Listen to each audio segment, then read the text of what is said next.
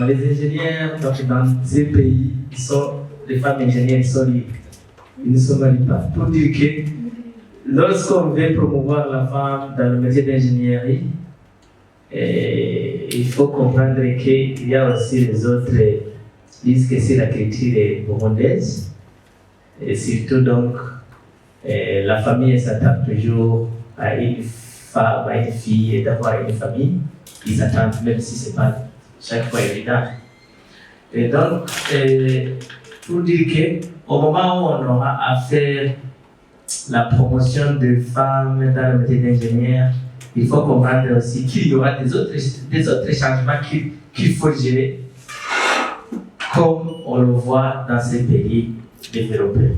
Mais aussi, avec le point qu'il a relevé, d'abord, on a peu d'ingénieurs, de femmes à l'école d'ingénieurs, ça c'est évident avec le 8%.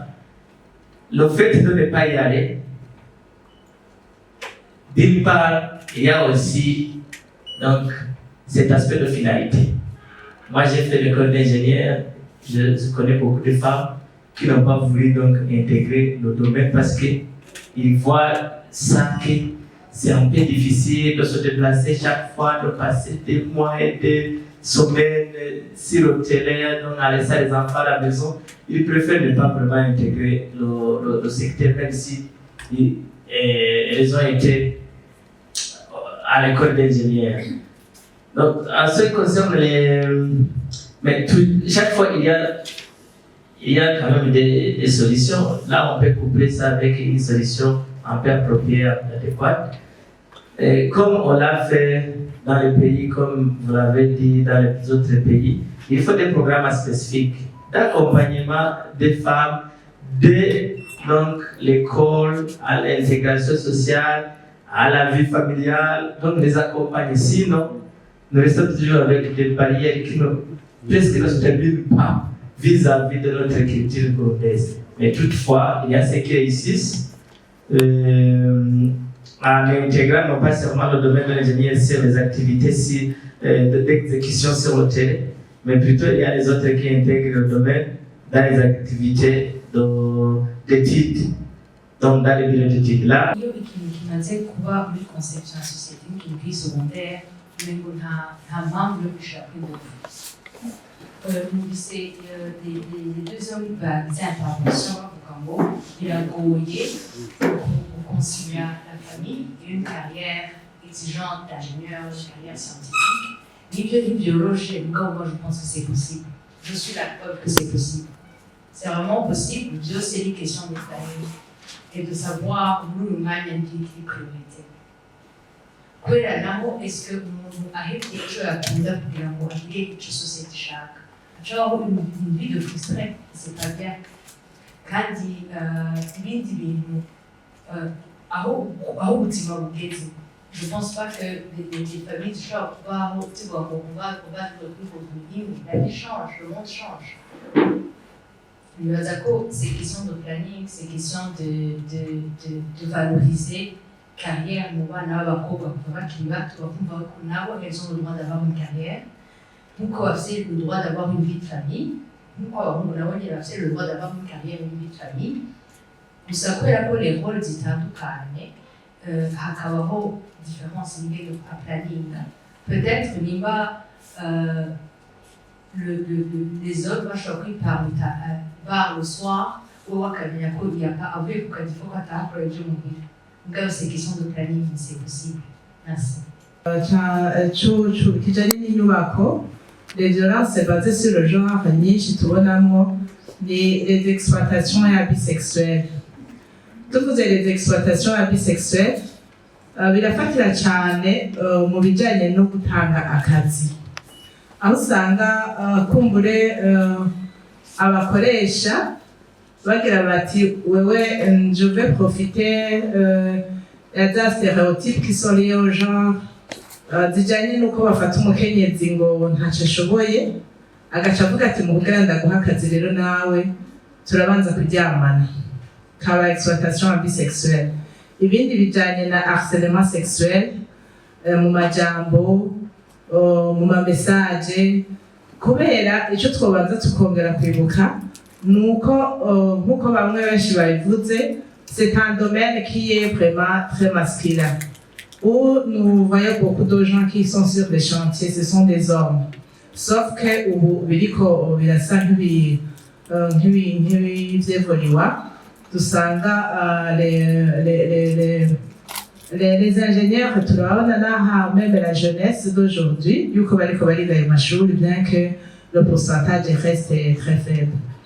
Ariko rero ko ngifise kano kanya ico nagomba kuvuga kindi, je vais peut-être vous parler de l'expérience que je vis. Nuko twabonye ibiharuro ko ari bikeya, ariko banavuze yuko hariho des défis, entre autres le défi de concilier la vie familiale et la vie professionnelle. Babigarutseko bavuga yuko ari akazi katoroshe kandi nivyo, ariko rero kandi n'akazi. Iyo ari akazi, iyo umuntu yumvise peut-être akazi muri ONG kanaka aragenda gukorayo agasiga umuryango i Bujumbura. Mugabo ingorane dushobora gusangaho kuri terrain ni izo z'uko dusanga ari akazi nyene uwo mukenyezi azogenda akahasanga ari un monde masculin. Turashobora kuba twicaye muri sale tukibazana ibisanzwe, ariko si ibisanzwe na gato, kuko le monde canke le pays dans lequel nous vivons, c'est un pays où il y a la prévalence des violences basées sur le genre. Kandi usanga uwo mugabo nyene ari kuri terre akwigenzako. Niho rero hariho wavuze yuko hoba des programmes spécifiques pour accompagner ces femmes. Nico gituma haba des sensibilisations. Si je vous parle de mon exemple, nous encourageons les femmes à se faire inscrire pour le petit travail yaba aide maçon. Hanyuma turanabigira n'itegeko ubu cette fois-ci kugira ngo aho dufise amarché kuko turubaka amashuri bitaro, tugasaba rero yuko abagore bari ngaho bosaba akazi cyo kimwe n'abagabo, bakaza guhereza amabuye, bakaza guhereza amatafari, gutyo bakaronka icyo bafungura cyo kimwe n'umugabo. Hanyuma hakaba ya autonomisation des femmes de nos pronoms. Igikomeye rero kindi twashoboye gukora nuko twagerageje kubankoraja les sensibiliser kugira ngo bashobore kuba des maçons. Uno musi twarabishitseko rero baraba maçon bakubaka. Ikihimbaye gusumba nuko ashobora kuba yari umuyede ahembwa 5,000, uno musi agashika hahembwa 15,000. Murumva yuko kiba ari ikintu gikomeye cyane, kubera mu rugo harimo umukenyezi afise amikoro, umuryango wose bashobora gufungura neza, abana bakaja ku ishuri n'abandi bakaja kwivuza abagwayi. Peut-être kubera hari umwanya mutoya, je m'excuse ngira nagiye kure, ariko c'était pour peut-être vous donner cette expérience, hanyuma twumve yuko bishoboka. Mugabe ikindi abashefu nabo iyo bariho tukabona nkuko ujya mugenzi wacu abivuze, tukabona nk'umu ingénieur des travaux n'umudamu naba bakenyeze bariko baraza gusaba akazi, ivyo banezera. Je sais un cas sur un de nos chantiers, umugore yari mu surveillant permanent, ni kuvuga yuko abagumayo kandi yarabishoboye kandi yarafise umuryango i Bujumbura, kandi yaguma kuri iyo chantier agataha nk'ikindi gihe cyose abagabo baja gutahira, sauf en cas d'urgence familiale. Merci beaucoup. Merci namwe. Donc mpereye hasi ibintu bibasaba yuko bizobatwara igihe kirekire, kuko hari igihe bitwara n'igihe kirekire. Bon, je ndibuka niga secondaire hakiriho lycée pédagogique RP 99% wasanga araba façon. Et pourtant hari amalettre, hari amascience, hari amanormal. Donc bakavuga bati akwa bon yuko uja kwiga ibintu bizoguteza. Avuga ati nzorongo wajyari nzozarajyari tukonsora. Donc ukaje usanga izo ni barrière zihari. Hanyuma tuje muri secteur, donc pratiquement yari kavuga ati ntaba engineer b'abapfasoni bagwiri mu madomene atandukanye, mugabo muri génie civile si benshi cyane. Bon, franchement parlant, naje nibaza yuko noba amaze kubona bakeyi umusanga yuriye hejuru, donc ariko arakontorora ati chantier irikigenda uko ariko bagira kunuko. Mugabo nibaza yuko hariho n'ikindi kintu abapfasoni uko bameze muri culture yabo, mu mibereho yabo, naho ugira analyse uko bameze ngaha, urana yuko bari smart gusumba abagabo bose bari ngaha. Hanyuma secteur ya ingenieur, en fait ni nakazi gasaba yuko umuntu quelquefois womenga ibintu byo kuba smart biragabanuka cyane, ukabaye connect canke ukabaye ikindi kintu. Umva rero, donc nimba turiko turakenera yuko abadomene bamvia abafame bamvia iyi domaine, ibaza yuko ari ibintu bimwe bimwe mu mutwe bikwiye kuza biragabanuka muri bo, ukumva yuko hariho ibikorwa ushobora gukora nk'umu-engineer sawa iyo level basi birashoboka. Mugabo dufate nk'ugiye kuko ariko baravuga engineer, nibaza yuko ushikira umu-engineer wabanze kuje kuca kuri babandi bose, donc bose bari muri domaine. Disons par exemple umumaso umufasoni afise inzara ziwe zisize, donc ucusanga iyo limite avuga ati est-ce que vraiment je ndashobora gutwara inzara zanje mwisima, intoki ziwe umukoze kukumva uti. Donc nibaza yuko haracyakenewe sensibilisation, haracyakenewe conscientisation y'abapasoni kugira bumve yuko nta bulo iri sare mu gihe izana dorajo. Mwahaye umwanya muto kuko kugira ngo dutore solution y'ikibazo gihanze roja mu Burundi muri iyo secteur ntibyoroshe. Rero cyo nagira mvuge par rapport y'ibyo uriya mushinga naje kuvuga, nagira mvuge yuko abakenyezi yavuze ijuko ngo kubera ko kwa gucafura tukanka ku, donc ni secteur isaba yuko umuntu agenda gukora yemera kuryama hasi, yemera kuja kumucafu n'ibindi, ariko nibaza hanini ko atari ico coba kirimo peut-être, mugabo si ku bakenyezi bose, oya si ku bakenyezi bose, kuko murabona ko abakenyezi bafite umwete basigaye bashaka gukora n'ibintu byinshi birengeye n'ibyo abagabo bakora ubu. Rero ahanini defi ihari mbona ikomeye, eske nimba ndi umugore nkaba ndi umu-engineer nkaba ndi kuri marché de travail, eske bazonyizera abamakazi? Umuntu afise entreprise yiwe arabona ko mwege muri abagabo nimwe mukunda kugira n'ama-entreprise par ailleurs, murabona yuko muzoba capable yo kurokrita umukenyezi w'umugore aje guhiganwa hamwe n'abagabo kugira ngo ashobore kudirija chantier yanyu. Ico rero naco nibaza ko ari discrimination uvuga, ari naho naciye propose yuko hobaho ikintu ca masculinité positive, mwebwe nyene mutuvugire kugira ngo amajwi y'abakenyezi baba engineer batagira akazi bakaronka. Murakoze. Umbaza ico kibazo byose ni question de mentalité. Ro hari abantu yego intoki aguma hariho n'abandi uri kuraraba mu Burundi burya abakenyezi bo bakora gose, uzoraba no ngaho muri sorry mu ntunge gato twabaje ikibazo kiri précis chez vous, chez nous, comment est-ce que vous procédez? Est-ce que hari haba ingénieur muhora mu hakazi canke muca mubankira ibintu byinshi? Entre temps il s'appelle vous êtes Jean Ndayishimiye. Murakoze. Iwacu abamaze guhaca ni bake. C'est pas parce que entreprise itabakene, mugabo ya peu de candidature. Donc iyo ni défi. Nta wipresente, abipresence nk'abana bakiva ku ishure baraza baje nko kurondera nka stage. Barayiro kandi barashaka basanga ba performa. Je ndazi nka babiri bahaciye ubu bageze kure. Vraiment. Mugabo iyo ngora turayifise ya candidature ntabo.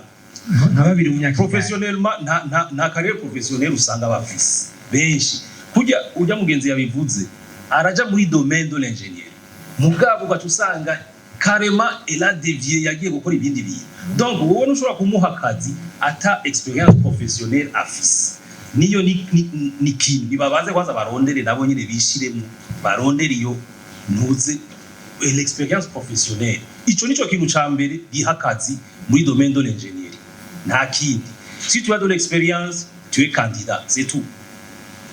Nagomba gushigikira mugenzanje ahejeje gushikiriza icyiyumviro yavuze ati abadamu ntibaza gupostira turafite ingorane ya leadership ntitwiyemera urasanga umudamu yahejeje muri génie civil ari uwa mbere ariko ntashobore gushinga ishyirahamwe ryiwe usanga abafama bafise ama entreprise ari bake cyane sinzi nuko barepresentana na impulsa mu Burundi baraheza bafise bazi ubwenge bashoboye ugaca usanga bagiye kwigira nk'icyongereza kugira biborohere bakigira muri administration bagakora ubuzi tugakora ubuzi butatugoye ego turakwiye rero kugira akantu ko kwiyemera kuko turashoboye cyo kimwe n'abagabo hama ikindi nagomba gushikiriza nuko byose biva mu ngo zacu mu muryango turafise hari kubijanye n'iyi barrière ijanye na culture na société ukuntu tubayeho muri société urashobora gusanga abana b'abahungu tubereka ko bashoboye gusumba abakobwa turakwiye rero kurera abana bacu tubereka ko bashoboye ku rugero rumwe ego ikindi naragenda sister marumise de diplome ikijanye na opportunity abana b'abakobwa basigaye baciye ubwenge cyane usanga mu ma scientifique à la fin des écoles secondaires aribo baba bambere ariko bageze kwiyorienta ugasanga naho babashize muri sciences appliquées baravuyeyo bagiye mu marangi ego turakwiye gufasha rero abana bacu tukabarera tubereka ko bashoboye abakobwa ku rugero rumwe n'abahungu murakoze novuga ibintu bimeze neza nimba ari iyo génie civile cyangwa nimba ari iyo droit cyangwa nimba ari ibintu nyene ashobora kugira carrière yiwe nziza imushikana kure muga ageze muri vie professionnelle tugahura na obstacle zike gato ugacura ati naho noja kudandaza nzoronka amahera naho noja gukora mu kabari nzoronka amahera nukuvuga nta perseverance tugira duca duseda cyane jewe sinovuga ko ingorane nini ubu uye twovuga ngaha mu Burundi kwikiri kuri izi barrière culturelle canke sociale kuko vraiment uyu munsi n'abavyeyi bake canke mu gihugu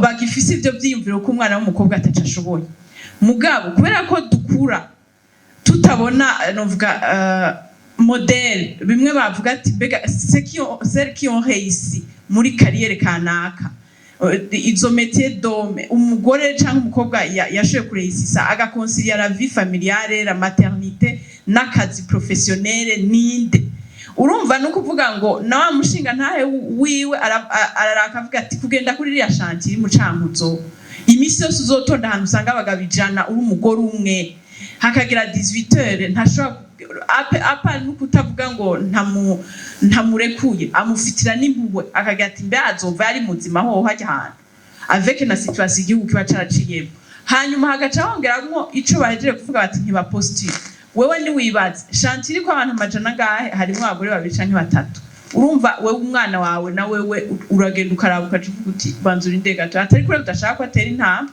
mugabo iyo abatwiyemera twebwe abapfasoni n'abigeme kubera yuko dufise izo capacity tuja kwishure twese ku mashuri amwe l'education mu Burundi uyu munsi faculty yariyo yose ntibashaka kureka kuyorienta mu mwana w'umukobwa ngo nuko yari umukobwa tuku baraziborienta muga ivyo tumaze kubona n'uhejeje izo faculty vie professionnelle ntakora ivyo apena aratangura agahera mu ntango gatoya bimugoye agacavayo rero defi ya mbere je mbona dufise ni uko twebwe nyene nk'abapfasoni n'abigeme tubanza kubona ico dushaka kandi tukamenya ko hose hariho ama obstacle ntidushaka izo facilite.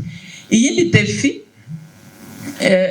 iyo rero nciye ngira ko kuri solution ubwa mbere nuko twokomeza iyo perseverance, hanyuma kandi nos frères bakatwancourage kuko urumva kuri terrain bimwe uyahejeje kuvuga ati haca habayo harcèlement niki, avuyeyo azoca dekuraje n'abasigaye inyuma, acagira ati hariya ntugeze ntunajeyo, niyamenya nuri kariga ivyo canke ugira bikora agira atayo naboneye hariya ntihaje y'uwonzi ntihaje y'umwana. Mugabo mushiza habona Sergio Reis bakaza baravuga ibyabagoye ingene babivuyemwo bagashika ku ntambwe bashitseko, birashoboka. Ariko kandi tugaruke, jewe iyo ndiko ndaraba hariho wavuze ngo ate abagore benshi baja muri izo métier iyo batagifise abana batoya. Hariho rimwe na rimwe nk'abapfasoni nyene ibintu usanga avec umutima novuga la maternité dufise usanga bitajana. Hariho lota nimba wowe ufise umubebe afise amezi angahe naho wewe atanumwe arinda arakubwira uvuga uti je umwana wanje sishobora kumusigaha nirigwe kuri chantier kuva 6h gushika 18h. Ngaho rero sinovuga ngo duprone yuko twobwirizwa guseda tubareka abo bana yirigwa tonse, naho nibaza ko mu myaka izoza tujosha dusanga abana bari fragile kuri atigeze bonka banyoye amata gusa batarezwe n'abavyeyi babo.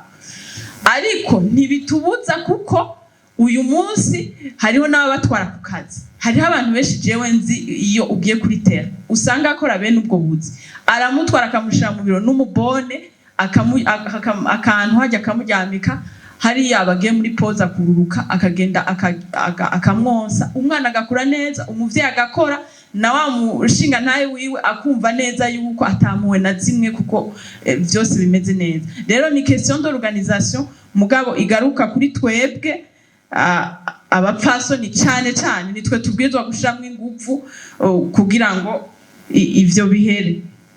Hama ikindi je nabonye opportunité zirahari, je ndiko ndaranka uko abandi babivuze ako kazi vraiment abapfasoni uyu munsi barabankuraje kuja muri ayo mamétier d'homme, rero bofatira kuri ico kugira ngo bashobore gushikaho bifuza. Murakoze.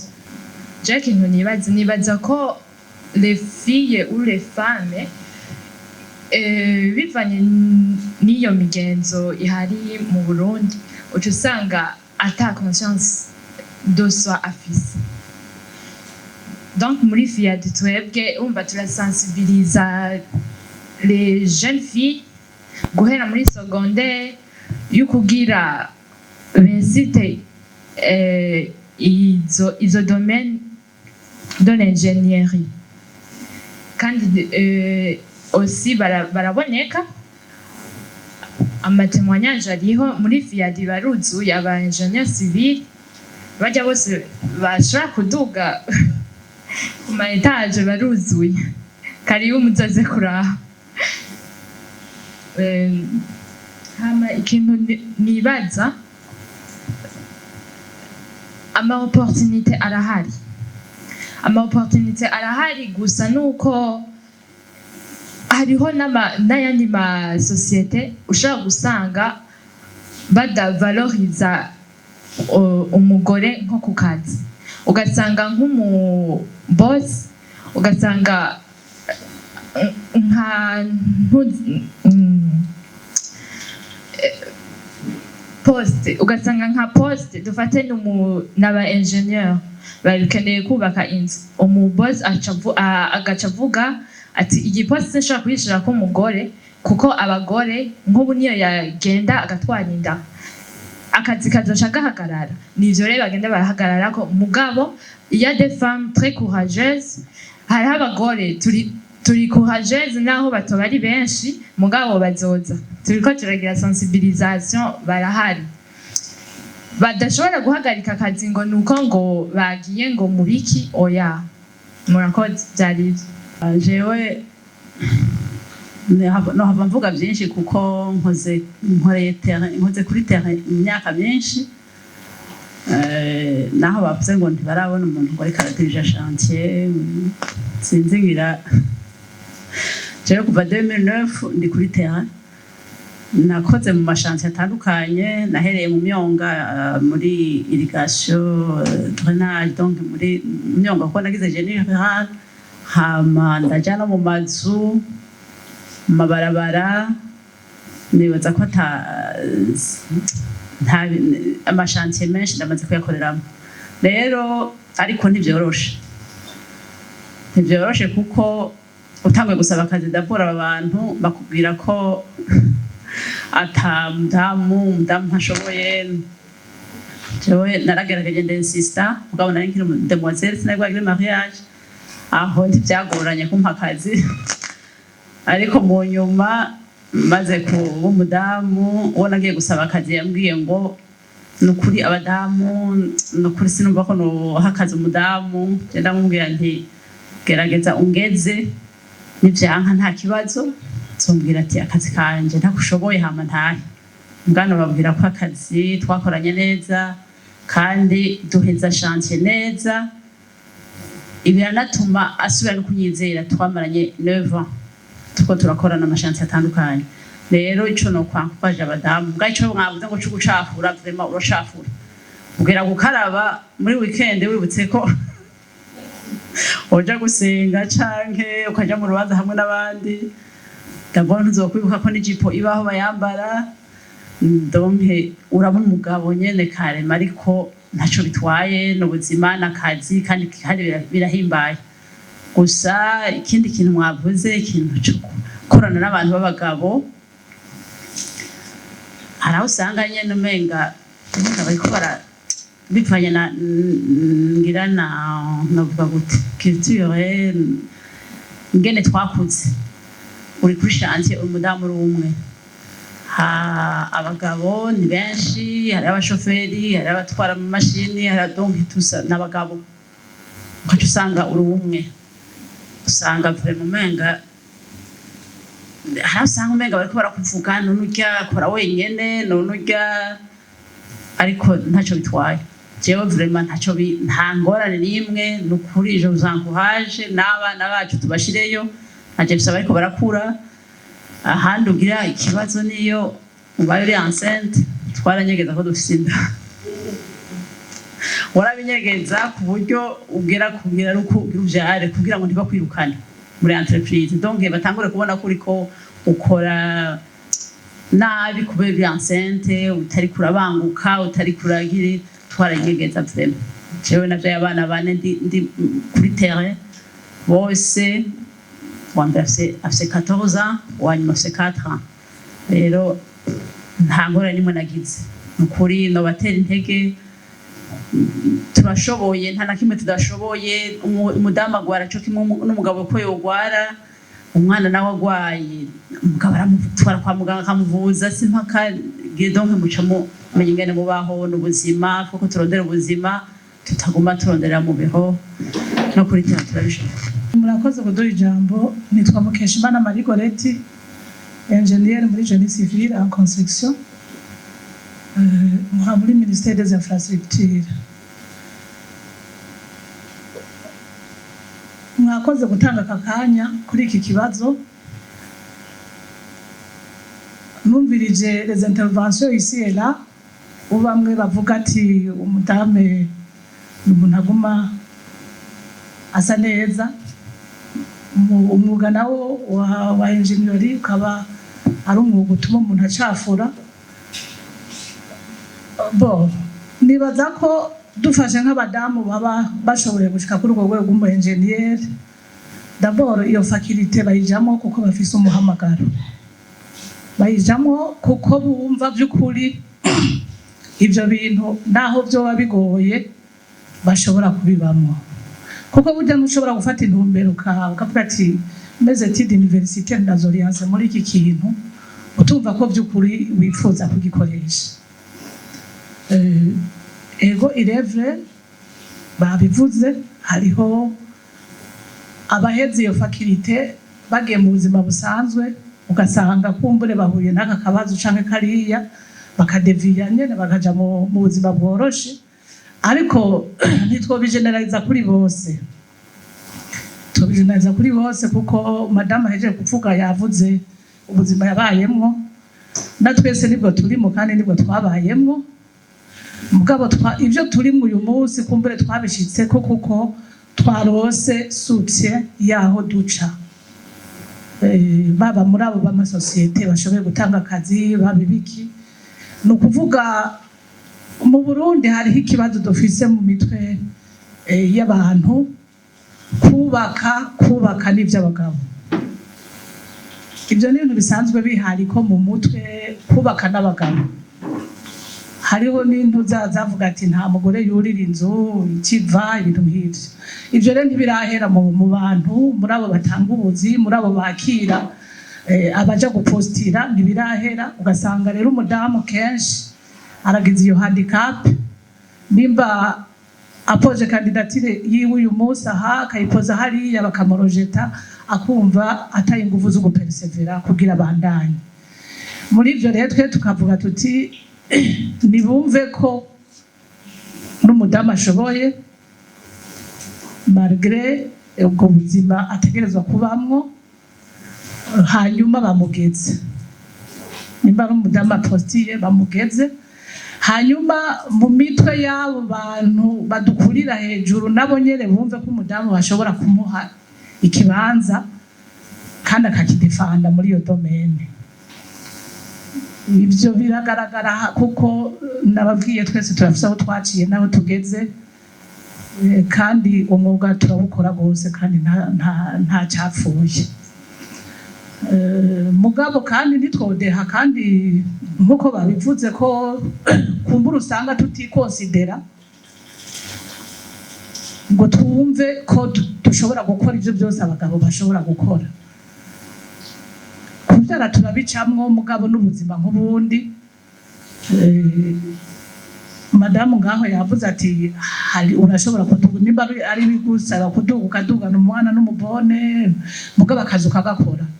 Ubwo buzima burashoboka no kuvuga natwe bw'abagore turategerezwa kumva ko tutarondera ubuzima bworoshe gusa tugaca no muri ivyo bigoye kugira ngo dushike ku cyo twifuza. Nta kazi na kamwe umugore atoshobora gukora. Erega hariho n'ibindi dukora usanga biremereye kurusha uwo mwuga w'umu engineer. Ntarandiriye rero novuga nti umuntu yarize afata initiative yo kwiga ikintu suppose ko yakigiye afise motivation il doit avoir la persévérance kugira ngo ashike ku cyo yipfuje. Sinobanda ndabarambira ko byinshi babivuze ndobanda garukizaho murakoze. Muri iyo formation professionnelle turi coopération suisse abasuisse murazi yuko bari en avance kuri ivyo bintu vya genre nabone.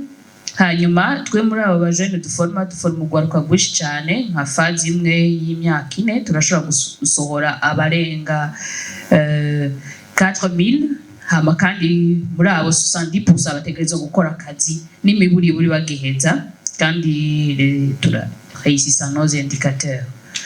Rero ngomba ngaruke ku kintu dukeneye cyane nivyo tuba dufise une stratégie genre muga hanini nagira ngaruke ko umukenyezi akeneye cyangwa umukobwa akeneye gushigikirwa kuko nivyo nkuko mwejeje kuvuga sexe ni ikintu umuntu avukana muga le genre ni construit social duheraho ukira ka bebe society bikwiteze kwiki uri umukobwa ibifise ibintu ikwiteze ko kandi udashobora gusimba naho ugenda gute uri umuhungu uko nyene.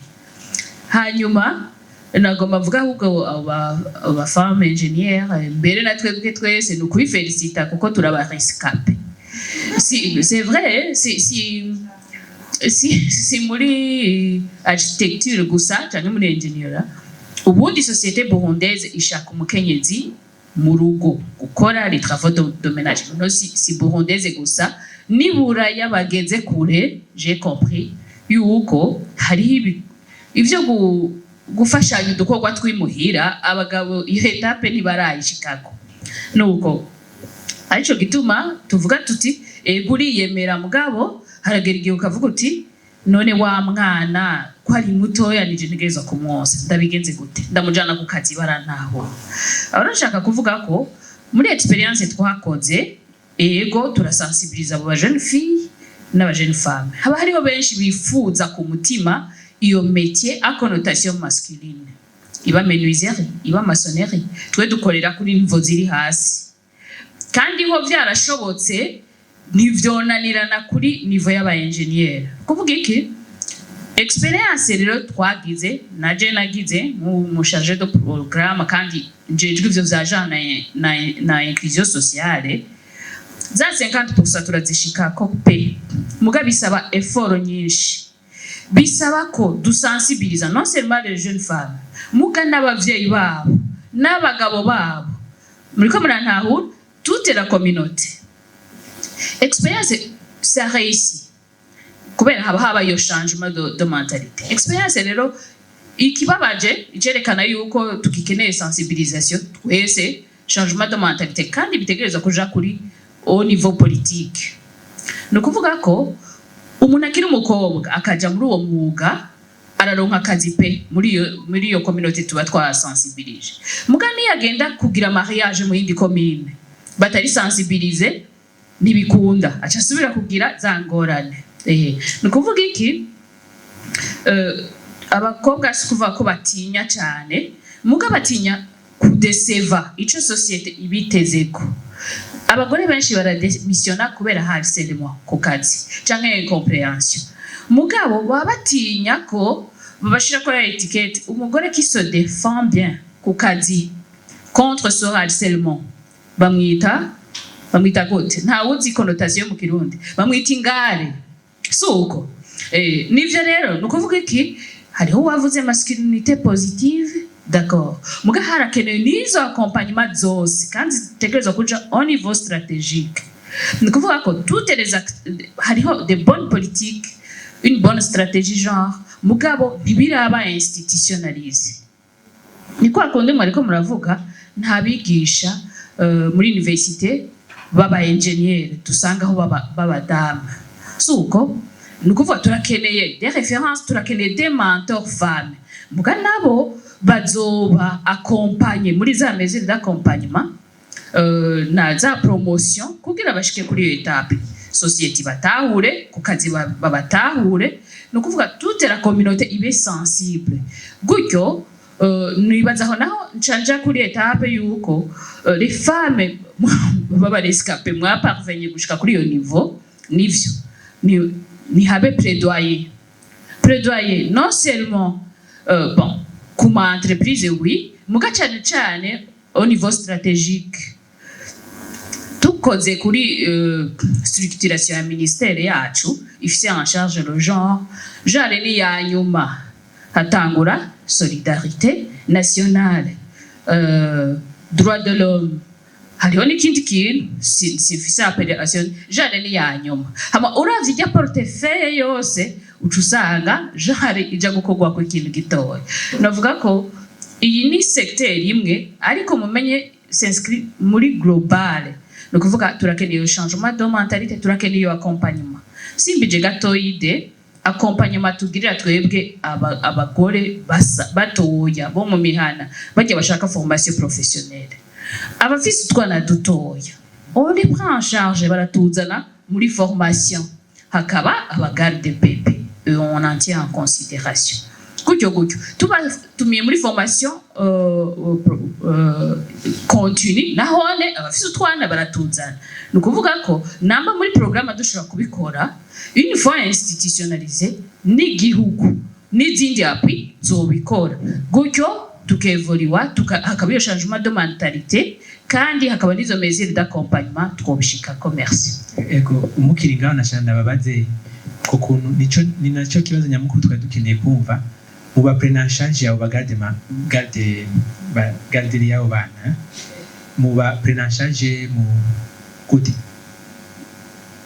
kuvuga si on a budgétisé budget formation on a tient compte ko umujene mama afise akana gato yadashobora gusiga muhira azokazana hanyuma mukamuha umugarde bebe kumumuha no kuvuga muramumurihira kuko bobo ntibafise niyo n'iyo capacité n'izo moyens financiers yo kumuriha.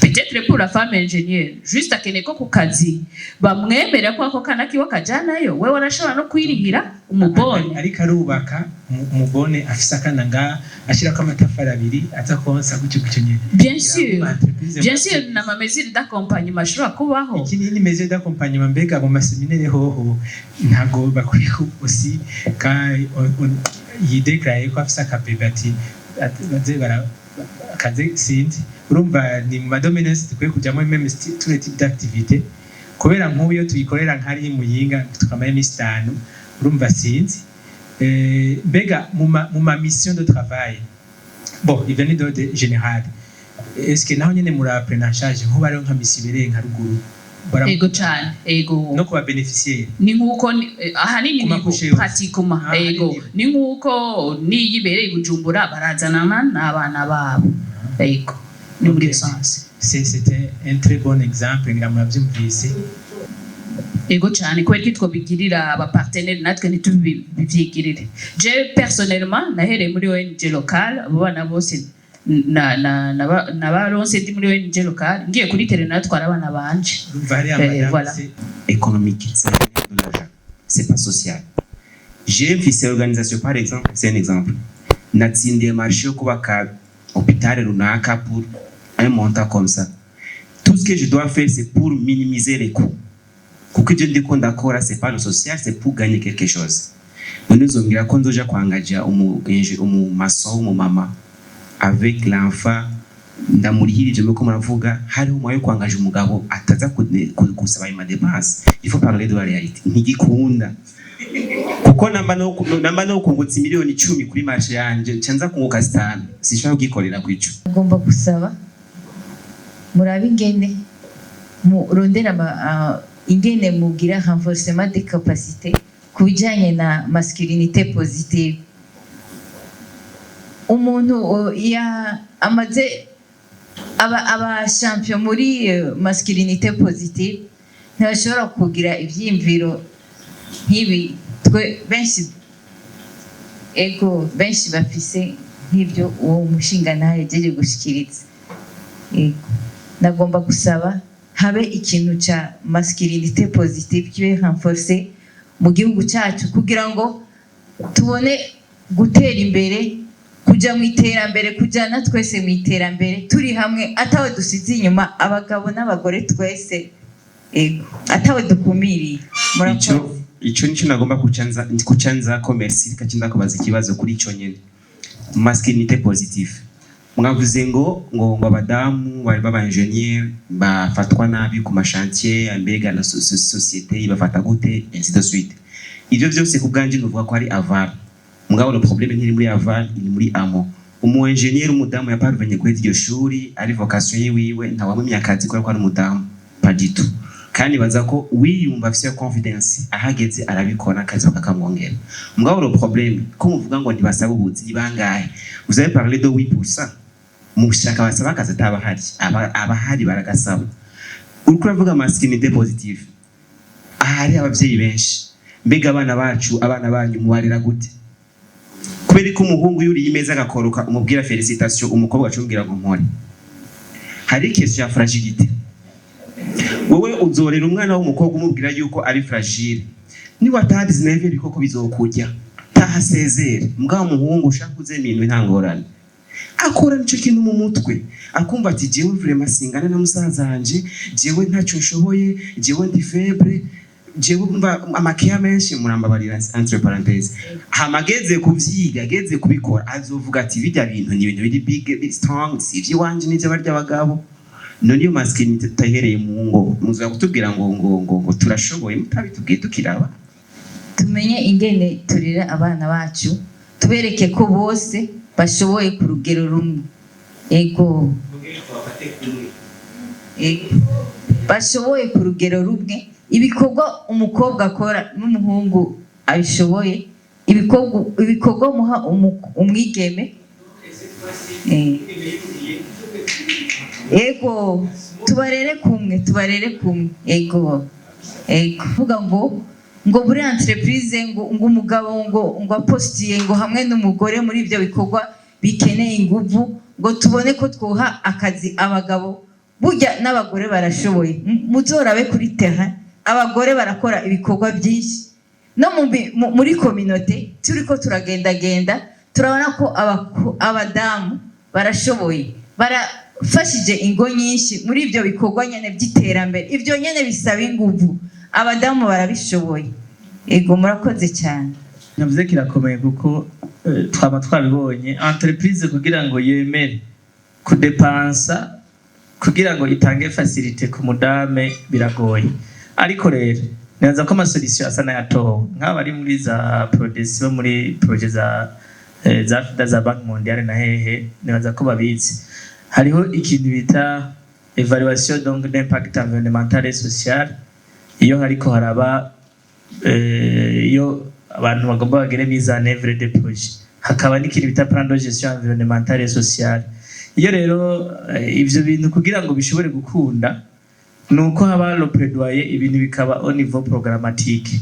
Ntimurondere yuko ivyiza biza kuza muri operation muri mise en œuvre kandi n'abateguye le projet batigeze bavyiyumvira, bica bigora. Nico gituma rero hageze la conception, iyo hajemwe iyo dimension yuko habamwo un plan de gestion environnementale et sociale pour chaque projet, hakabamwo n'amafond yo gusponsoriza ico kintu, birakunda.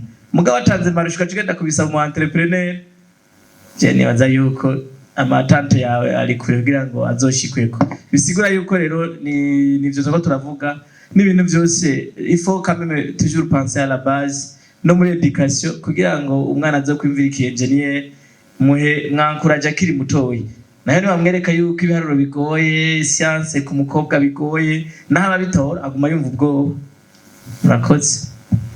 Uko nabaye mu ingénieur kera ibintu bitameze gutya, atawubivuga atawuvyankoraja, ahubwo babitwenga.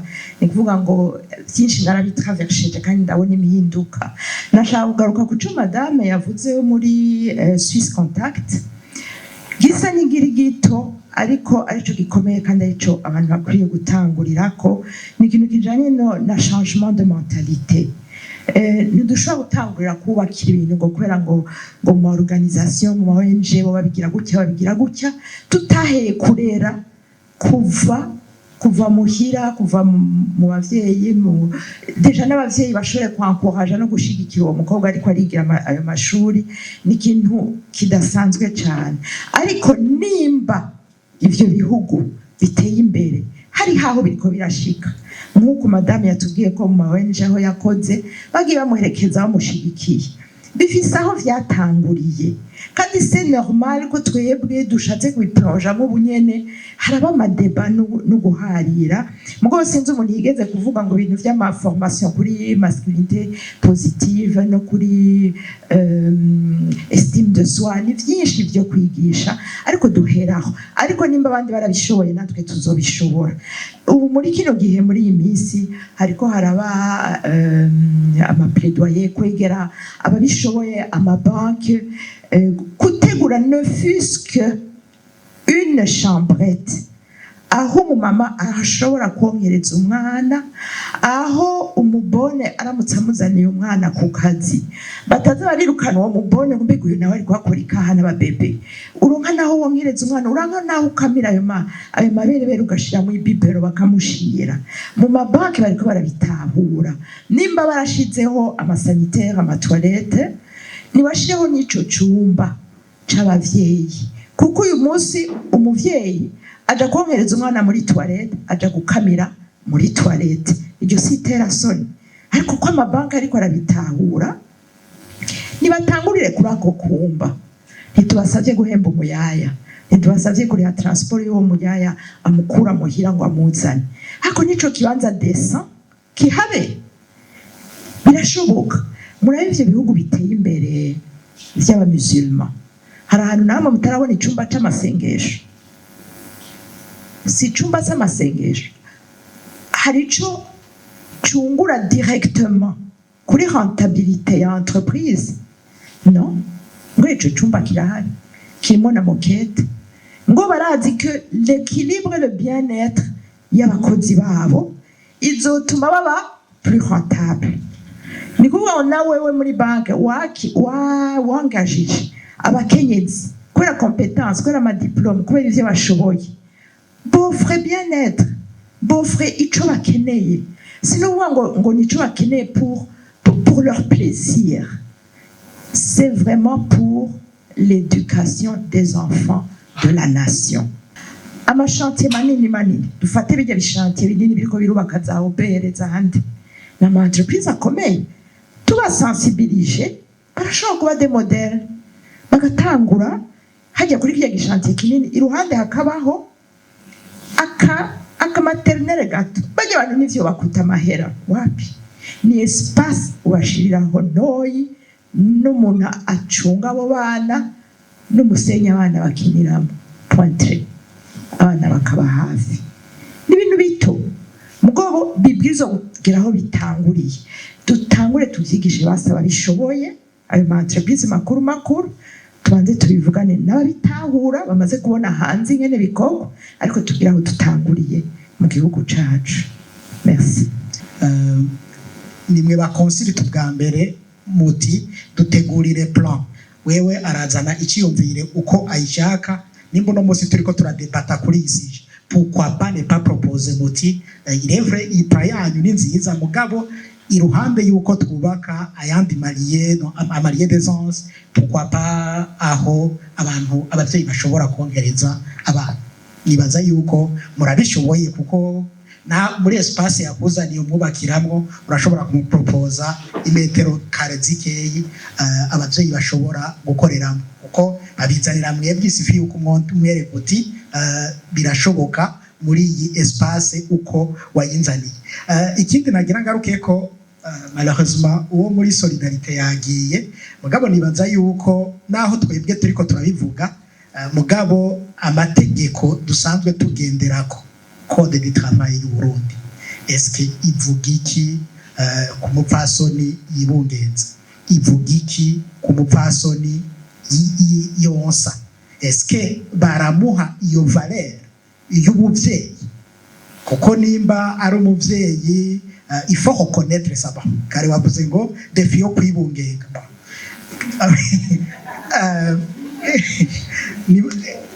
no en fait niko babitahura uri kurumviriza abantu urumva yuko nko muri entreprise de construction donc watwaye inda donc de toutes les façons uko physiologie y'umuntu yubatse intege ziragabanuka ntuburi active nkuko wahora organisme ya igize. Donc s'il faut plaider nuko aya mategeko dusanzwe dukorerako yohinduka. Rero n'abafiye projet yacu ishyigikira cyane umukenyezi w'umwigeme hamwe n'umujene kuri Centre Rose no mujene ushaka kumbaza Centre Rose n'ikigo kije gutanga inyigisho ku bajene entrepreneur mu gihugu, ikigo cy'igihugu na université cyane ni Centre de perfectionnement professionnel de jeunes abariko bariga rero n'amafiliere atandukanye hariho na filiere bâtiment construction et bâtiment. Iyo filiere ya construction et bâtiment mu ntango hatangwa filiere zibiri, filiere ya construction et bâtiment na filiere coopérative, haza n'izindi mu nyuma ariko naganabwire ko ku banyeshuri dufise muri filiere ya construction et bâtiment twisanze ari abakobwa batanu gusa ku bahungu 14. Usigura yuko abakobwa benshi batitabira ico gisata. Hanyuma muri iyo koperative dusanga abakobwa benshi presque 100% abakobwa. Usigura ko mwaka tuvuga yuko abakobwa bashaka ibintu byoroshe n'ibyo ntitwobideha ariko kandi nabo bake bashobora kugira icyo bakoze barakwiye gufashwa cyane gushigikirwa kugira ngo ubufise ubushobozi a compétence égale bigende neza meme au niveau yo kuronka akazi. Hama ku bijyanye n'imwe ko muravuga bijyanye n'imwe dufata umukenyezi iyo afise impano canke iyo yibarutse kuri centre bose twaravyumviriye hariho infirmerie.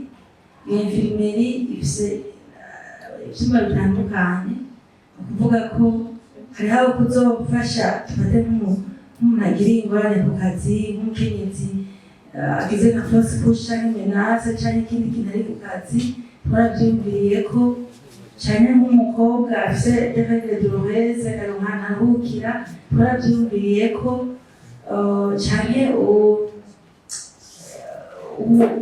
eka idomeni ni service de santé cyane cyane ku bakenyezi, ku bigeme n'abakenyezi, kuko mw'ishure niho ry'abagabo gusa canke niho ry'abahungu gusa, numva n'abakobwa barimwe ariko turiyumvirako. Rero aho barayumviriye. Hanyuma hariho n'ikindi turiko turagerageza kubyikorerako kugira ngo umukenyezi azoba yibungenze canke azoba yibarutse, kugira ngo bikunde ko ajana umugone ku kazi, kugira ngo habeho kuduza nka frais de mission par exemple. Congé lié à la maternité, gushika ubu kubera ko ari projet du gouvernement turacakoresha imikoro du travail, ariko mugabo turacariko turagira de plaidoyer kugira ngo abo bakenyezi bafatwe neza gusumba, ko basanze ko umukenyezi atarimo iterambere ntirishoboka. Murakoze. Nkatanga uburorero, hari uburorero twatanze muri présentation d'une femme qui coordonne le projet Rusumo qui relie donc le Burundi et le Canada, mais qui éprouve toujours des difficultés muri surveillance, muri coordination, yaba homme ingénieur. Jewe muri bijya twatanze defi ya mbere nari natanze estime de soi n'ubusikuzi bagiye barayigarukako, nico nagomba kugarukako ahanini. Ivyo vyose batwagiriza ko tuba ducafuye tugiye kuri terrain canke iki, novuga ko hari abafame de femme leader bamaze kubona ko akazi n'akazi, ivyo gucafura nk'uko Marie Chantal yabivuze, uracafura hama ugakaraba. Hari ubundi yavuze ati turabarescape, eka ntiturabarescape namba. Novuga ko il suffit d'un changement de mentalité nk'uko babivuze, kimwe n'ico ca renforcement de l'estime de soi, ca renforcement ca changement de mentalité, hama tukaduka twese tuzotera imbere co kimwe n'abagabo. Hari une autre femme yiyumviriye une école polytechnique, c'était dans les années 20. Murumva ko bavyumviriye kuva kera, hari abagore batwitangiye imbere baratwiyumvira kuva kera. Niho novuga nti en plus yuko abasavye yuko hoba n'uwisari ONU Femmes, hoba beaucoup de sensibilisation sur le changement de mentalité et l'estime de soi, bokongera ko n'ico ca leadership féminin tukamenya ko natwe dushoboye. Naho nagomba guheza. Murakoze. Murakoze cyane. Une minute. S'il faut donner un exemple de bonne pratique, novuga ko dans notre organisation nta poste n'imwe bareka guha umugore ngo yohava abafayi, ico ni kimwe. Hanyuma au niveau nko gutwara nka département, gutwara les projets, ntibaraba ngo n'umugore canke n'umugore muri recrutement batoye ikibazo poste bagiye iwabo, baraba les compétences. Hanyuma ikindi novuga nuko avec la collaboration des organisations partenaires comme des organisations onusiennes, turatanguye kwintegra les bonnes pratiques z'uko abakozi bagiye muri mission, ari umugore afise umwana aramutwara bagapima en charge n'umubone, bakamugira icumba, bakamenya ko umwana akenera amata, ivyo on en tient compte. Merci. Ok, merci beaucoup. Tumbiriye abo muri ISCA, abo MS, bose baramaze kubasha. Hariho nabo tumaze guseleksionamo tukabaha ubuzi urabona hariho ikindi kintu novuga gitandukanye n'iyo hari akazi umuntu w'umuhungu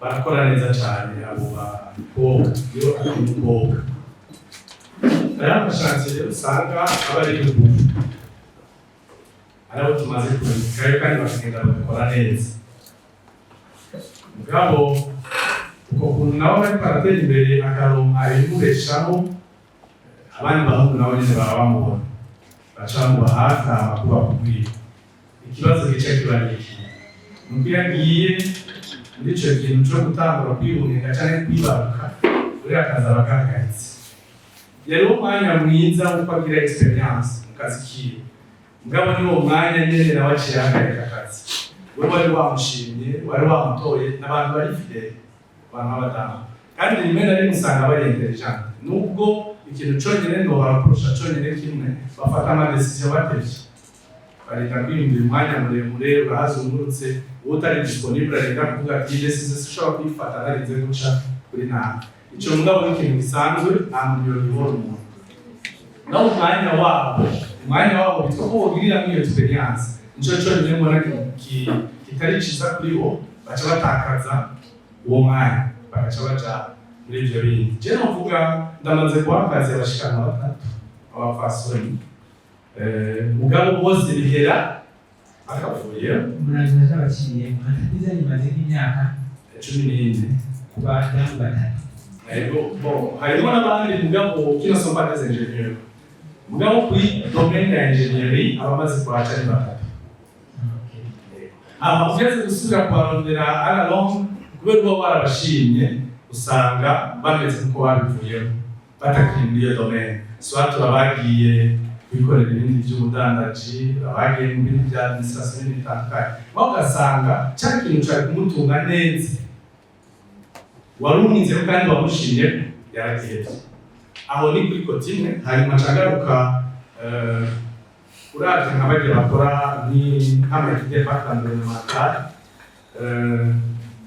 aba bagira amayitide traffic biro tufata abantu baguma kuri tere umwanya munini abo bantu iyo uriko urabakoresha baba ari abantu baproduce ibintu byiza kandi mu mwanya mwiza malgré ko baba basanzwe bubatse ugaca uvuga uti eske bo nyene baca badefinisa amaxe bajambo bagaca bafuta ibindi amadomene yabo uronse umuntu w'umwanduramentaliste uraza ko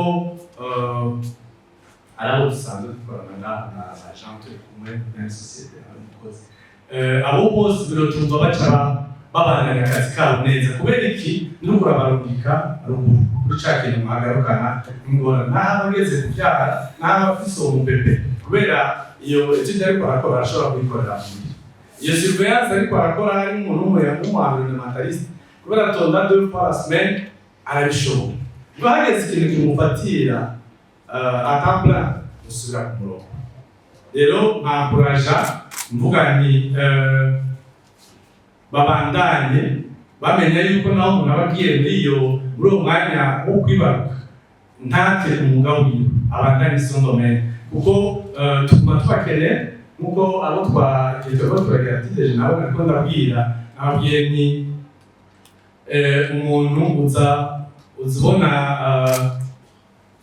nk'uko nyine nariko ndavuga wamushimye mwabanye uwundi mwanya ikintu akora akupa mbere de contact umudamu biroroshe kweri kwihindurana kandi simu biroroshe guhindurana nimero y'itelefone nta na kimwe bikubwira ya nimero nyene wari wamutoye kumwe yaguha musubira kuyimutorako naho nyene muze muragikorera telefone nico zikora email nico zikora aribagira na kode ya email yiwe mube abantu babona yuko ivyo mufise nivyo iwanyu kandi nivyo bitegerezwa kubatunga simabe ndambirana murakoze niba hagera yuko bagira mariage yuko bibaruka bagaca bavuga ngo barabihevye surugaba na gato nikora justement babona za condition zibapermeta kubandanya akazi kandi babandanije kuba abavyeyi beza ntazihari rero ndazi cane ndavyeyi bari batanu ndiyoshije ariko byarateje rwose cane rero yo kuvyasubira hasi ugasubira ugasubira kwiyubaka ukashika ukuva yuko abantu bakwemera bagasubira bakakwakira ugasubira utwaye ugasubira ugakoroka hasi ugasubira ukagira itwengere nk'uko bimeze hanyuma ikitangaza ni iyo dusanzwe telefone yacu manadunda kukiwe nuko abashinga nawe bibagira ko turiko turisabira abana babo reka ariko tugira turera abana banyu abana b'igihugu c'est pas pour notre plaisir kugira turera abana bafite education bazoshobora kukico abazirika abana bakomerekera mu buto kandi nabo batavuga burya ari ivyo basanzwe ni ukuvuga ngo turiko tuvugira abana basi turiko tuvugira abakenyezi turiko tuvugira abana akoze nashaka abazingiriraho ko kuvuga ngo mucamukoka ikindi ngo nibo fizike ko mba ibabirije byabishije afisi cyane babwe nyene kusura kwitariza cyane kandi kusimumbere cyane uko abantu babona yuko kabaye ora turiko kuja muri ivyo bintu byose ikintu cyose uri kurakora uri kuragarira muri experience haba ukipermeta gusura gihagarika pendant 7 mois dufate niba mudashobora evolution kimwe n'ibindi wari kuramenyereza ikintu wese kuri iyi nivo 7 mois igihe kimwe kirageze uradisparisheje uragarutse wowe nyene ugarutse wararushe kandi ufise n'ibindi bikurungije mugabo ugarutse batakikwaksepta urumva batakikwaksepta kugira ngo bakwaksepe ugira 1000 fois plus d'efforts kugira uprouve ko ushoboye hanyuma ugasanga urwanda wenyine hari n'aho mugira ariko bari gushigikiramo cyane ariko cyane cyane sur la place du marché nyene nibo bakugwaniriza nibo batabitangura rero utegerezwa kubyara uronsa bakikinga bagaca bakopesha ngo ntazi urikakurira muri champagne ifuta umukoresha bimenye ko hataragera kuko niba twaremuko sitwe twabikoze n'imana yabikoze gusa hariho bibakora mu mahera menshi uretse nk'ubu ama construction ni isosiyete y'abaturage bayisiganya amamashe international iganya amamashe manini kugira ngo akore dufate petit espace dufate école maternelle ndayite muri mobile canke sidematari ariko navuga bayigeje mashine babitwara ahandi ni n'utumeuble dutandatu n'utujouet 10 n'umwigisha umwe canke babiri c'est pas beaucoup de cours n'imitsiba usubanye amafete dukora dufate umunsi mukuru w'abakozi muri sosiyete privée ayo madefinance n'ibyo solution femme arahari mugabo kubera ko duteza gufisinya realite naho nyene kandi ikintu nakuhaja ko abakobwa kandi naje ngerageza gukora ni uko turonka appointed skills ikintu ugerageze muri domaine urimo umenye gukora ikintu hamwe naho woba urikira wabyara ashobora guhamagara ati mbega nshaka gikorwa gute donc kuko wumva ni sosiyete tutizavunjura mentalite mbwa hari ibintu bikigoye donc vraiment abakobwa turashoboye kwiga cyane gusoma n'abahungu twige gushikaho turonka skills abandi badapfa gukora kuronka kugira ngo naho dufise ibintu muri nature yacu bitubloka turonke opportunity natwe abandi badashobora kuronka kubera ico tuzi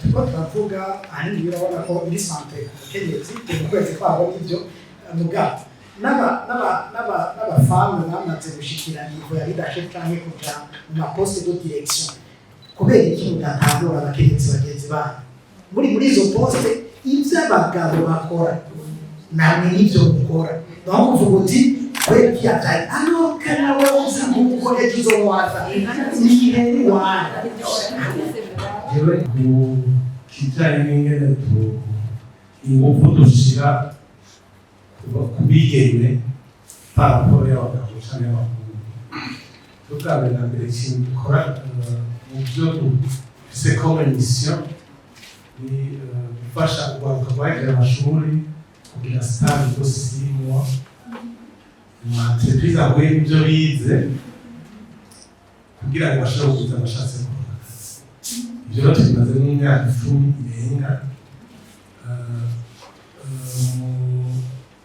uwo mujene ariko aragira stage muri amezi atandatu muri budget yacu ariyo bavuye muri loi de finance haba harimo les frais de déplacement ziwe za 100 000 francs par mois pangasimu rero ku kintu kijanye n'abigeme iyo turi muri selection kugira ngo tubaplase mu secteur atandukanye amasekiteri yacu twayahawe n'inyishu zavuye muri ayo maserivisi twemerera zitubarira profile y'aho bakeneye ico turabihagararaho cane abigeme tukabashira imbere mugabo gusa hari aho usanga hariho profile badusavye atawigeme usanga ariho donc ugasanga bavuze bati nko muri fita twaje bari gutwara umutuzanira wa Israel agronome batanu mu makandidatire kandi bose badosiye basanga n'abahungu gusa n'abahungu kuja kurondera kubaha uwo atamusavye ariko gusa abigeme otuto entre 45 et 50% usanga ari abigeme kuko turaja no muri education cyane kwigisha bazi ko abigeme babijamo cyane baba quel que soit le niveau d'études, humanité, D7, niveau universitaire, basanga harimo abigeme benshi abo rero ico giharuro kica kidufasha ababiga ya pourcentage de 45-50%. Umuntu ndabaze par rapport au domaine de l'ingénierie architecture baraboneka cyane mutubwira leta ko muri iyo domaine abigeme ni bake kabisa les données dosaba kwiza abondere umugabo umuntu umunsi nk'umwe uriza no guhabwa basi données qualitatives basi que autour ya 20 et 25 abantu bafite iyo nouvelle diplôme d'ingénieur baza gusaba abigeme ça tourne autour de 10%. Autour de 10%. Kuko bambira gutangaje wabonye abasohoka bafite diplôme ngene bangana y'ubusa. Donc bava nyine no barashaka kuza batangiza amashuri. Ariko gusa ikintu novuga nuko tugerageza kurangura tukambura participation féminine kugira ngo nabo baronke des opportunités de pouvoir décrocher de l'emploi. Turabihagarara ko cyane cyane n'ikindi nk'abantu bagendana ubumuga bwaba gutambuka cyane n'abajya bagutse ari bagendana ubunyamwema bafise umubiri w'ubunyamwema bagenda abanyeze turabashaka ko pasi ikomeye tukaba ko botera imbere kurusha n'abantu babyesiye. murakoze cyane bavuze bati iyo bagize appel d'offre basanga atama candidature y'abakobwa arimo cyangwa abapfasoni kenshi birava nuko abapfasoni kenshi barakunda kuba bari sous informé rero abakenyezi entre twebwe turakwiye kuza turashigikirana dushigikirane twumvise nk'ahari appel d'offre uwo uzi umudamu canke umukobwa bishoboye tukabwirana kugira ngo tuzoshobore kuja muri ubwo buzi nk'abandi nk'abahungu tuje ku rugero rumwe gutyo ushoboye uzi ubwenge bapashije teste ukayitora ntibazobura kuguselektiona ego twame twibuka ko dushoboye nk'abahungu murakoze hama ikindi yavuze ati iyo basabye madamu yavuze ati iyo basabye kubaka nk'utuzu udushambure two konkerezamwo abana canke utugarderie batabemerera abagabo batabemerera icyo mbona harakwiye ko haba sensibilisation au niveau stratégique sur l'intégration du genre mu madomene yose haba no mu nyubako haba mu madomene yose gutyo tuzoheza dushike kuri rya terambere kuri ya vision 2040 2060 turi kumwe twese abashinga ntaye n'abapfasoni murakoze. I'm sorry, I'm very talkative. Gusa nagira ngaruke ku kintu kimwe donc cyagumye kigaruka ko na benshi ngo turakeneye yuko abashinga ntaye canke abagabo bufasha donc biciye muri masculinité positive kugira ngo abagore bashobore gushika kuri level imwe canke begereze abagabo muri iyi domaine mugabo ikintu kimwe nagira ngaruke ko byose biri mu maboko yanyu kandi iteka riragwanirwa kugira muhashike ingufu ziri iwanyu. Revre abagabo bari conscient kuko hariho n'abatabyumva nukubashigikira mugabo mubishiremwo ingufu mwumve yuko mushigikirane mwumve yuko ico je noshobora twariganye waranandushije amanota wewe cyo sigurira gute yuko wewe utabishobora. Hanyuma hari ikintu revre baravuga ngo bariko barapromotinga ngo genre muri appel d'offre turakunda kuvuga ngo à compétence égale les candidats ngo on retient donc une femme. Icambere cyoco kajya kantu revre barakunze kugashira mu mugabo je sindakemera uti kuki disons par exemple jewe na wewe twanganije wewe kubera kenyezi bakaca baguha poste. Franchement parlant jewe nk'umugabo cyangwa nk'umuhungu nta na rimwe bizokwigera binezera kuko nzoguma mbona nti wagiyeho kubera umukobwa. Ikindi naco niyo winjiye muri entreprise cyangwa muri organisation bon habari muri panere bon revre naho biba biri confidentiel d'une manière ou d'une autre haraba amafuite bakavuga bati byagenze ukuntu bazokwama babona yuko wewe bagushizeho non pas parce que wari ubishoboye gusumba abandi mugabo kubera uri do sexe féminin. Donc ni mu bigwanire nta muntu numwe b'imyakazi yabishoboye kandi ico ndi sûr certain nuko mu bijanye n'ubumenyi abapfasoni barabishoboye cyane mugabo kubera ukuntu twakuze cyangwa ukuntu tubayeho birashobora no kwanka non pas parce que atarafise izo capacité mugabo kubera wenyene muri we yisuzumye akavuga ati est-ce que bijya uyu muntu no muci imbere uyu muntu no mushobora s'il vous plaît murabishoboye mubigwanire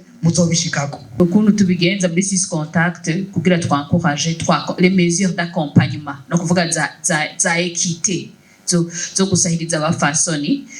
Sinavuze ko ama entreprise tuyexija ko acafata en charge même les jeunes les enfants. Navuze turi muri période ya formation kuko kugira turonke za effective canke baba leader il faut ko baba formé l'effectif ikaza bakaronka les mêmes compétences hanyuma tukevoluwa kuri leadership féminin. Akantu kamwe gusa nivyo on n'est pas leader ariko ufise des prédispositions urumva intelligence émotionnelle c'est kuvuga ko buri très doué muga kandi c'est le contexte c'est l'expérience qui nous forme kandi défi nukuvuga nta na rimwe bazovuga umulideri hatari ingorane nuko umulideri bamupima par rapport ya résilience yiwe nukuntu effectivement avugira abandi ashaka abandi bashike kuri ico kintu gihambaye.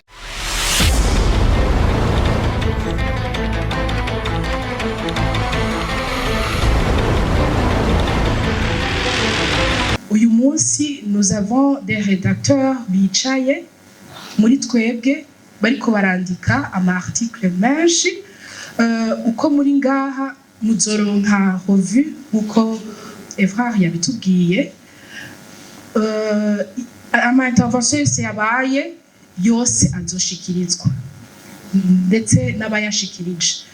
Rero pour faire la synthèse twumvise ama défi ahari sur notre sujet, la place et le rôle de la femme dans le domaine de l'architecture et l'ingénierie au Burundi.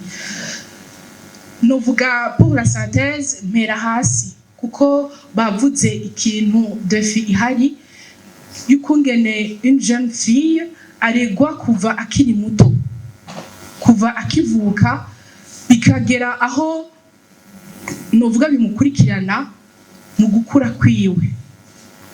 Twumvise comme solution yuko hategerezwa kuba une sensibilisation mu bavyeyi ukuntu arera umwana kuva mu ntango akamubwira ko ivyo musaza wiwe ashoboye nawe abishobora, akumva yuko atari umukobwa, umuntu ari vulnerable, umuntu ari faible, akumva yuko ari umukobwa ahubwo ashoboye ivyo umusaza wiwe ashoboye, gutyo bikazomutuma akura hageze muri education akiga rya shure musaza wiwe yiga, hageze no ku kazi akumva ko naho ashitse mu bikorwa vyiwe nk'umu ingénieur azokora nka musaza wiwe. Ni ukuvuga ngo twumvise par rapport à ça, twabonye des sensibilisations, bien sûr aussi des formations kugira ngo une jeune fille yiyumve nk'umuhungu. Rero hari yindi défi twabonye yo concilier la vie professionnelle et la vie familiale. Par rapport à ça, twumvise abagira ikibazo kuduga ruguru kumanya umwanya muniniya kwiprograma mu kazi ko muhira, aho usanga hari uwatubwiye ko aux États-Unis les femmes préfèrent ne pas se marier kugira ngo bashobore gukora akazi kabo umwuga wabo bakunda cyane atakintu na kimwe kibagora. Ariko avec des témoignages twumvise yuko umuntu amenya ngene yiprograma mu kazi, hanyuma akumva yuko les deux, la vie professionnelle et la vie familiale ashobora kubiconcilia kandi ubuzima bwiwe bukagenda neza, même akazi kiwe akazokabandanya neza. Hanyuma tugeze ku kazi twumvise défi ihari mu kuronka akazi, kuko bamwe bavuze nituronka amakandidature. Bien sûr, muri education batubwiye ko il y a 8% d'ingénieurs muri monde ya education. Mugabo twumvise yuko vyose bizohera hariya hasi. Même les 8% bahari ko bashitse mu kazi batazotinya gutanga leur candidature. Ndetse bagashitsemwo batazokumva yuko hageze yuko bahagarika mu gihe yibungenze canke mu gihe agize niyo mariage ko azoshobora kubandanya. Twumvise amatémoignage, twumvise ko bishoboka, twumvise FIADI isensibiliza aba ingénieur kutaca bava mu mwuga ahubwo kubandanya. Ivyo vyabereye ngaha. Hanyuma yindi défi twumvise ni ukungene umu jeune fille, une jeune femme ou une femme ashobora kutiyemera, donc ukumva umenga uri muri incompréhension, ukumva umenga nta persévérance ufise, ukumva umenga tu n'as pas de place, ukumva umenga hari ivyo udashoboye. Vyose twatoye solution yuko bon hakomeza kuba même une formation ya masculinité positive kugira ngo umuntu une femme agume yumva angana nubwo bitoroshe muri notre culture, angana n'umuhungu canke n'umugabo. Hanyuma na sensibilisation kuri ico kintu kugira ngo les filles, les femmes bashobore kugira estime de soi, changement de mentalité, même na leadership féminin. Hanyuma ikindi kintu yindi défi twabonye nuko organisation dans ma entreprise, ama société adakora kumwe kuvyerekeye ivyo gushigikira umukenyezi mu gutegura ikibanza kimubereye gishobora kumufasha afise umwana yonsa canke afise ibindi bibazo bijanye n'ama obligation yiwe afise mu muryango nk'umukenyezi. Twaronse des témoignages y'ama organisation aha umwanya ico kintu, agategura aho umukenyezi ashobora konkereza umwana, agategura umwanya ukwiye wo konsa. Twumvise aho batanga amakonje akwiye, twumvise aho batanga amakonje make uyu mwanya muto, twumvise aho bagabanya n'umushahara. Ivyo byose twavyumvise. Comme n'umuntu wa ministère adahari, nibaza ko muri iyo revue izobaho tuzotanga izo témoignage z'ababigenza neza kugira ngo dushobore kugira ico zizokongereza mu buzima, zizoshobora kuzongereza mu nteguro ikibanza mu mukenyezi akeneye. N'ama organisation ari ngaha canke ama société ari ngaha nibaza ko azoprena comme exemple donc izo mesures d'accompagnement umugore aba akeneye kugira ngo une femme ingénieur agume ari épanouie mu mwuga wiwe, agume yumva yuko atowuhagarika, ahubwo yumve yuko ari environnement favorable ku mwuga wiwe kandi bishobore kumushikana kure. Ego pour le leadership twumvise ko il y a des femmes leaders bagiye imbere abandi, hanyuma sinzi ko mwavyumvise hari ikibazo cagumye kigaruka ko twumva hari 8% des femmes ingénieurs ngaha mu Burundi, ko twumva hari 10% z'aba ingénieurs muri ABG baza kugira ngo bashobore kuronka akazi muri employabilité. Kubera iki twinyegeje? Kubera iki ushobora kuja kuri internet ukarondera une femme ingénieure mu Burundi ukaronka umwe canke urya mudamu ari muri Canada ari muri projet Rusumo, twamwumvise we arashobora kubivuga, arashobora kwiyandika, yaratanze témoignage yiwe. Est-ce que aba ingénieur muri ngaha murabivuga mwanditse hehe? Ubu Burundi biragoye kumenya ngo la première femme ingénieure wariwe biragoye. Notre culture yaratunyegeje canke natwe twarinyegeje twarikumiriye. Donc il est temps yuko tugira muri iyo sensibilisation nyene ya changement de mentalité tuboneka hanyuma j'espère que uyu munsi ama société ari ngaha, ama organisation ari ngaha agiye kurondera ikibanza gikwiye umukenyezi akoroherezwa kugira ngo ntibamwakuhaje kwa abandona ses rêves, kwa abandona sa carrière, kwa abandona ivyo yigiye imyaka myinshi arushe. Nibaza yuko abari ngaha bagiye ahubwo gutuma dukunda umwuga wacu, gutuma twumva tumerewe neza, gutuma dukorera muri environnement iri favorable, bagiye gutuma tutabandona ngo tuje kurondera ubuzi bwo muri